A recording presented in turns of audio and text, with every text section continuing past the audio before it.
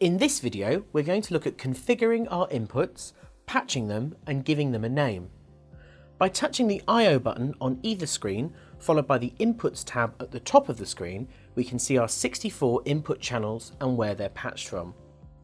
By default, these channels are patched from the S-Link port, but if you wish, you can choose to take them from the local inputs or one of the I/O card slots. Touch the tab for the source you'd like to select. This will then display a grid with sources along the top of the screen and destinations down the side. To patch a source to a destination, touch and hold the patch button, followed by touching the cross point between the source and the destination on the grid. To patch multiple sources to destinations quickly, whilst holding the patch button, drag your finger diagonally up or down on the grid. Touching and holding the options, followed by the overlay on the grid, allows access to the I/O patching options. Here we can enable and disable options such as confirm when reassigning, which will alert you if the input you are patching to is already sourced from another socket, only patch when the patch button is pressed, the mode we've been working in. This makes it harder to inadvertently change the patch of the console whilst moving around the screen.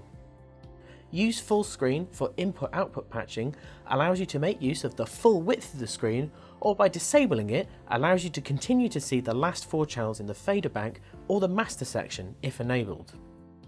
Finally, allow multiple tabs will not close one I/O tab when opening another, displaying multiple items at the same time.